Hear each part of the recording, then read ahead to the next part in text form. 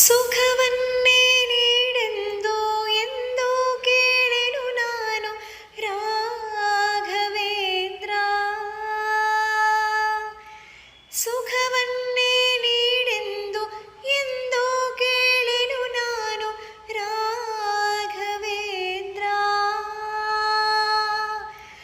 ಮುನ್ನ ಮಾಡಿದ ಪಾಪ ಯಾರ ತಾತನ ಗಂಟು, ಮುನ್ನ ಮಾಡಿದ ಪಾಪ ಯಾರ ತಾತನ ಗಂಟು, ನೀನೇ ಹೇಳು ರಾಘವೇಂದ್ರ.